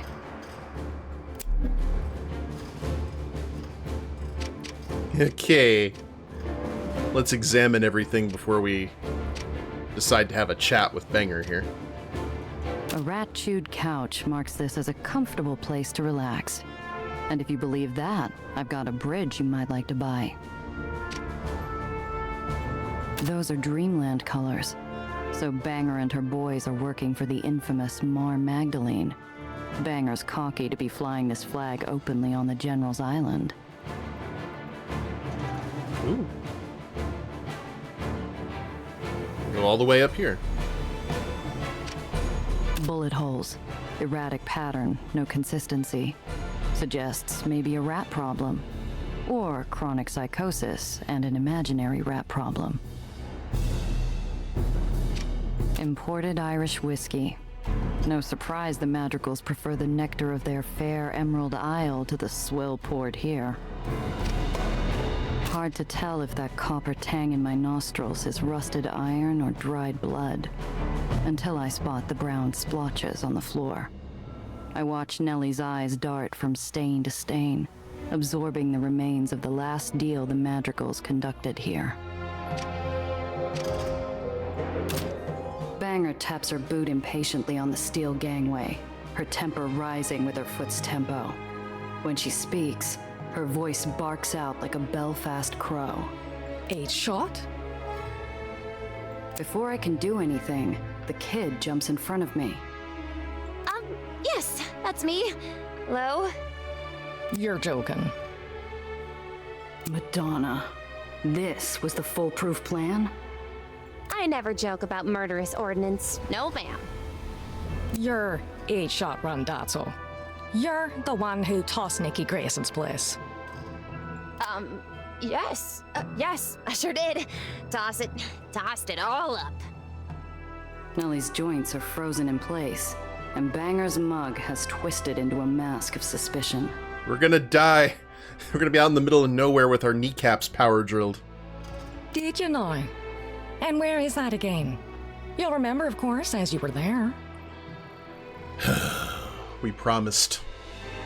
We'll let Nellie handle it herself. What could go wrong? I like to think my judgment's pretty good. Better than most, anyway. But despite it, when Nellie shoots me a solicitous glance, I keep quiet and just nod silent encouragement. Oh, that Nicky Grayson. Tisk, tisk. It's a trick question. Nicky never actually owned the place himself, did he? I amaze myself with my ability to keep a straight face. Banger's less composed, squawking out an astonished cackle. You've got me there. He never did pay it off, the poxy bastard. Fine then. Let's be about it. Good job. Please, let me show you what these fine weapons are capable of. Right. Be quick about it, or I'll skin you both with me pocket knife. Well, you see, what's extraordinary about these particular you see, what's extraordinary about these particular firearms is, well, how much do you know about Aether dispersal? It's quite a basic demonstration of the Cherenkov effect, but unless you're familiar with the latest journals... Anyway, what's neat is... The confusion on the Madrigal's faces shares a border with rage, and the map lines are quickly blurring. Nellie looks to me desperately for a lifeline.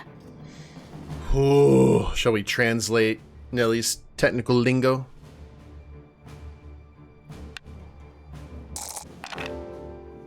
Huzzah! Look, Banger, it's Aether. It's powerful, it glows, you get it. What else do you need to know? Ha! Didn't take you for a scientist, 8-shot. Just tell me this. The guns, do they kill people? Well, yes, technically, but the industrial applications are... Good. Okay, so we've got a deal? Hold your horses, you mule and prat. I won't be rushed. The kid and I watch in horror as Banger grabs one of the Aether guns. She hefts it with a cocky flourish, drawing guffaws from her mates. I try to run interference. So you're sourcing shooters from Marm now, eh, Banger? How's the old Frau looking these days? I hear she's on a drip feed of pure schnapps. What'd you say? Couldn't help but notice your Dreamland colors. Does the General know White Street's got a mole problem? Fierce clever, this one. No, the big man's none the wiser. For now, that is. But when we rock up on his veranda with these beauties... You're gonna die. Banger spins around, aiming at a nearby crate and pulling the trigger. There's a pause, a weak puff of pink Aether exhaust, and... nothing. The crate stands resolutely intact. The silence that follows is heavy enough to crush the lungs. We're cooked. Thanks, Nellie. What's this now? You trying to pull one over on us? The Madrigals grip their iron tighter. Banger drops the Aether gun and hefts her steel cleaver. I've got half a second to make my move. It's now or never again. We'll keep our promise. Every nerve in my body is screaming at me to move. But damn it, I made the kid a promise. I keep my stupid yap shut. Please, Miss Banger. You're a rational person. Let's think about this. She gets the cleaver in her head. No need. I believe I've made up my mind. Wait, don't you realize what we're offering you? Sure, these might not be ideal as weapons, but with energy output like that, you could power half a city block. She leans down and gingerly lifts the gun Banger dropped.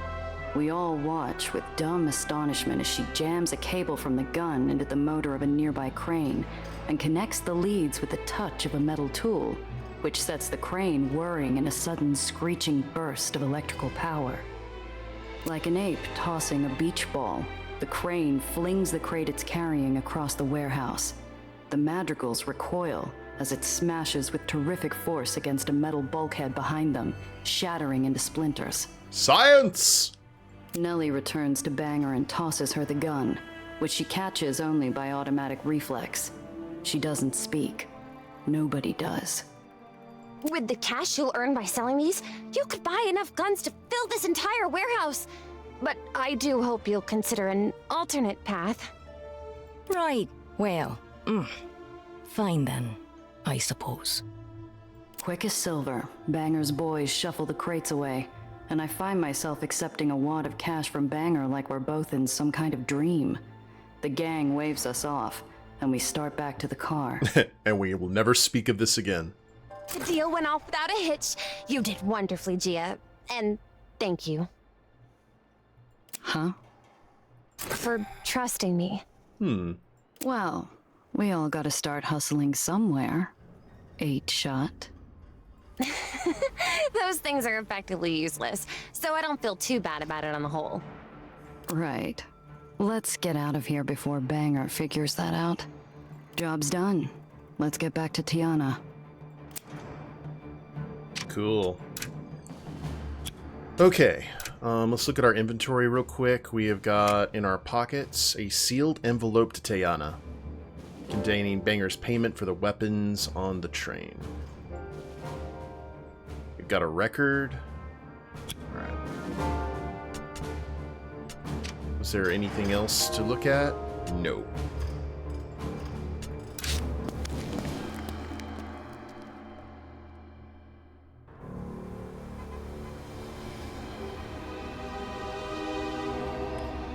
Where are we going again? Oh yeah, we gotta go head back to the ferry.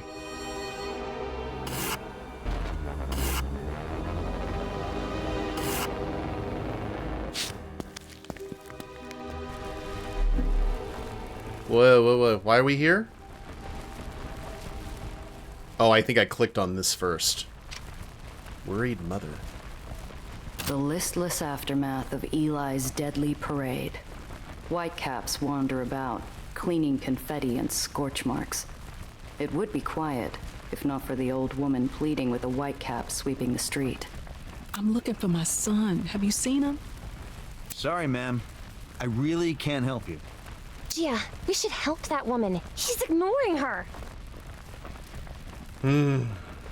She's never had to walk by a beggar, never been harassed by a thief.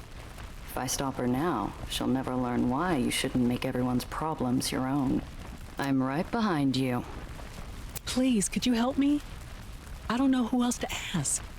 It's a worn sadness etched on her face, like a well-tended gravestone weathered by years of rain. What's wrong? We'd be happy to help. The woman waves a photograph around, showing a young, smiling man. It's my son, Alfie. They took him for their war, and nobody will tell me anything. I just want to give him this scarf. It gets so cold in the winter. Oh no. How terrible. But don't worry, we'll find him for you. Damn it. I guess I'm in this now. Great. Where was your son stationed? I don't know. The letters just stopped coming after he was deployed. Maybe we could ask one of the soldiers? They wouldn't help me. But maybe it'll be different for you. Eli's already pulling in conscripts, huh? Is the war going that bad? Bad? What do you mean? The broadcasts have said that the war's going very well. I'm worried, but I'm sure he'll be all right. He's very brave, you know? It's just cold. All right, we'll look for him. Thank you. Oh, thank you. Please let me know if you hear anything. She shoves a knitted scarf into my hands, a mixture of hope and despair in her eyes. Please give him this scarf. It can get so cold out there. We'll see what we can do. And this guy's name's Johnny. There are some soldiers right there. I bet they could help. Nellie, wait. Several young whitecaps sweep fruitlessly at scorch marks and stubborn confetti along the street. could you help with something? There's this young conscript we're trying to find. Nellie walks up to one of the more baby-faced soldiers in the group, no more than 19. He brushes a wisp of hair back into his cap and leans on the tip of his broom as we approach. Look, I'll tell you what I told the old lady.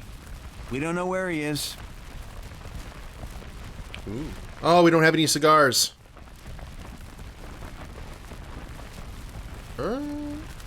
Let Nellie ask some questions and then we'll press him for answers, maybe. I motioned to Nellie to go for it. This was her idea. She can't give up at the first sign of resistance. Oh, well, I think we got off on the wrong foot. Can we start over? I'm Nellie. What's your name? The boy soldier stares at Nellie's outstretched hand, and then, for the first time, looks up at her. I can't help but smile. The boy suddenly looks like he found something worth fighting for in this place. Oh, sweet mystery of life, at last I found you. Yeah, I'm Johnny. Private Jonathan. Pleased to meet you, ma'am. Miss. Nice to meet you as well, sir. Nellie waits a while as Johnny just looks at her, barely staying upright while leaning on that broom of his. Finally, she retracts her hand. Do you know anything about that woman's son? Anything would help. Johnny moves his mouth to answer, before giving me a pestered expression and a dismissive grunt. Apparently, my worn mug woke him up from whatever daydream Nellie sent him to. Okay.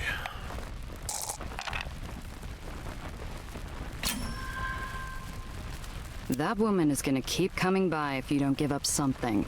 So come on, a little help wouldn't hurt. Fine. That kid, Alfie, he's a deserter. Up and ran off first chance he got. Coward. And you couldn't just tell her that? Policy is to execute deserters on sight, and anyone who's hiding them. That includes family members, friends, whoever. Since I grew up with him, I'd be on that list. It was an act of mercy keeping the woman in the dark, by way of either love or self-preservation. Regardless, it was a lead. So where'd he run off to? The whitecap spits, then looks at his spittle with resignation before pushing the broom over the white flecks. Hell if I know. Maybe he got lost in some tunnel somewhere? Probably died down in the dark. No better than he deserves. Oof. Okay, search for the missing soldier. Which I guess... maybe we'll find him along the road. Oh. A small neighborhood. Okay, cool, cool.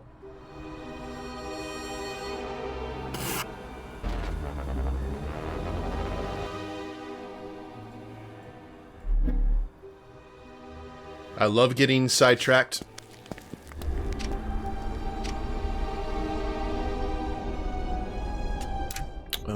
Let's go ahead and get this one tracked.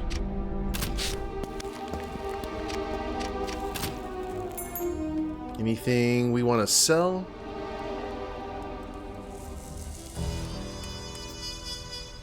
I'm going to keep that Dreamland poker chip. It seems important because it's got the green on it. That might be our way in. Tiana is speaking into the mouthpiece of an ebony telephone, her voice softer than velvet and more furious than fire. No, this is unacceptable. Our deal was for 20%. She spots me and motions for me to make myself comfortable while she finishes up. I gladly oblige, sinking into the cushy leather of an armchair. There's your mistake. You don't know me. Do not presume because I am polite and beautiful that I will hesitate to collect what is mine. And oh so humble. Tell Victor I will visit him in 3 days. She hangs up, breathing out hours of stress in a single sigh. She's instantly composed again. Hard day? Oh, Mishichu. I didn't realize you cared. It's been harrowing. No one wants to work anymore. Fortunately, I have you. Maybe if you kept your other pawns in the dark, they'd happily run off a cliff for you. Have I upset you? You're sitting across from me now, are you not? You aren't a child. Do not whine like one. These things are more than just pop guns.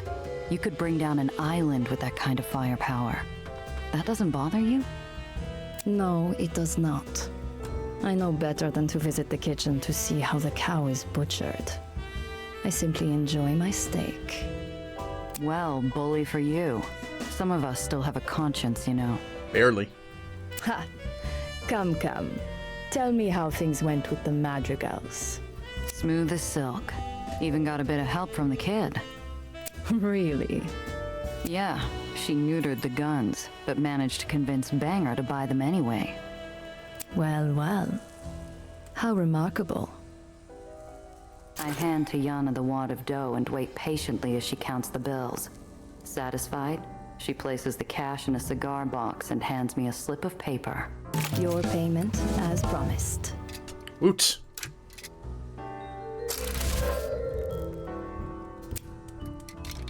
Medium armor has a good balance between weight and protection. Stay nimble, but stay safe.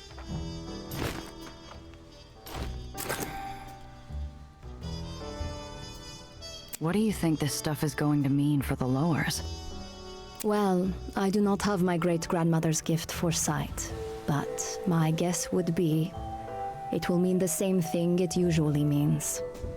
People will die, and those like you and I will profit greatly. And you're comfortable with that? Of course. Think it was a mistake to leave Banger alive? My father used to say, your enemies cannot hunt you if they're dead. I'm not sure I believe that. What do you believe? I slide my hand into my coat pocket to hide the sudden tremble at my fingertips. I don't know. Giovanna, I've never known you to look over your shoulder. Byrne is an angry pup, and you brought her to heal. I wouldn't worry. I get the feeling you're itching to tell me how you would have done things differently if you were me. No need to be coy. If you're curious, I will tell you. The truth is, what's done is done. Everything else is smoke in the wind. Pragmatic. Gotta get going. Always a pleasure. We're overdue for a proper chat. Come by later. I will make tea. And Giovanna? I'm reaching for the door, its cold brass cooling my hand. I turn back for a moment. Try not to let that conscience of yours bother you too much. At that, I can't help but grin. Pier 6 has new stock. From time to time, Tiana will receive new wear. Ooh. Okay, what you got? Jumping repulsors? Weapon tuner? Oh. A machine gun. Long-range machine gun that fires multiple rounds and requires line of sight. Spray first, spray later. Projectile damage of 4. That's pretty spiffy. More storage. We're definitely going to have to, like... Oh, with the fake license plates. I like that. Okay, we're definitely going to have to look at that. We got a bit of money. But let's kind of keep track of what we've got so far.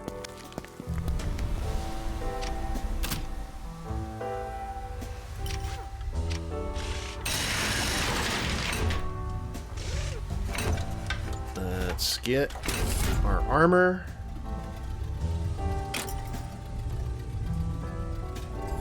Right, medium armor.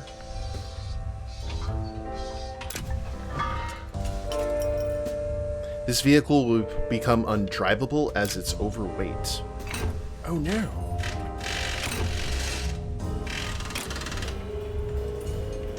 Oh, it's got a 10 out of 10 weight capacity. Oh, I see, I see. Do I want caltrips then? Or do I want double shotguns? I may have to think about that.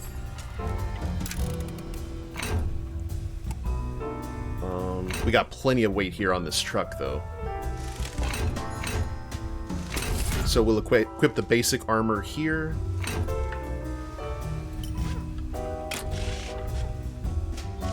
Double shoddy does seem more useful.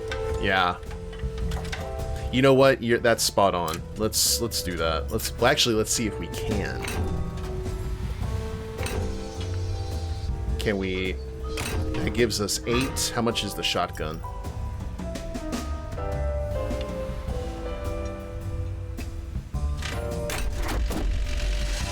Okay, that gives us still 9 out of 10. I wonder if we can find an undercarriage weapon that's just like 1 weight point. We'll have to see. That medium armor and that improved stock engine really seem to take that out. Gia? We got something for you, friend. Actually, hold on. What is it? Burn pits. Alright. Doesn't even say who it is.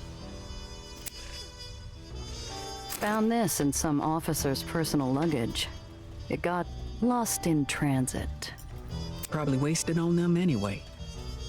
Cress's morale has increased. Your decisions can affect the morale of crew members. Morale affects a crew member's talent checks and their damage in combat.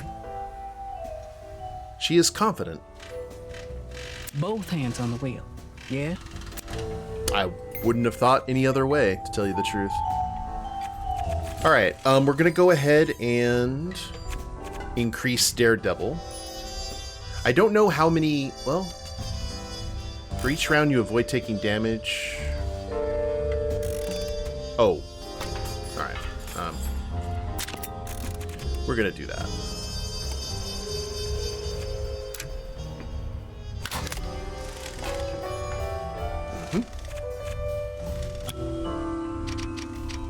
And for Cress...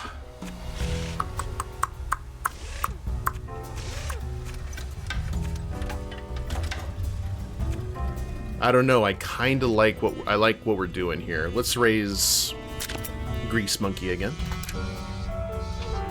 I think we may have Gia be kind of a jack of all trades, master of none, while the companions are the ones that are like super specialized in what they do.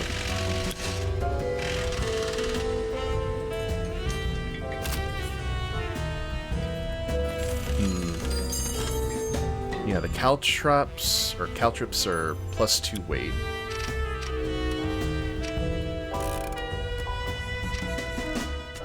So we'll check here one more time.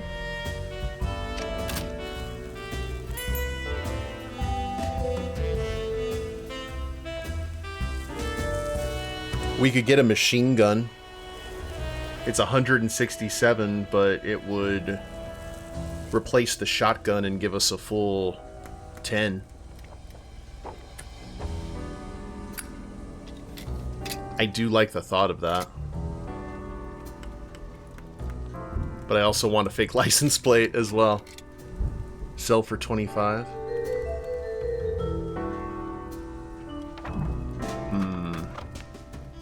Well, we definitely have some decisions to make here. But I think I'll go ahead and end the stream here, and we'll pick it up next time. We've got some side quests going. There's a lot to do, and I'm enjoying that, and I hope you guys are too. But if you like the video and like the stream, please leave a like down below. Subscribe to the channel, leave a comment. That'd be a big help. And we will see you next time. Later days, everyone.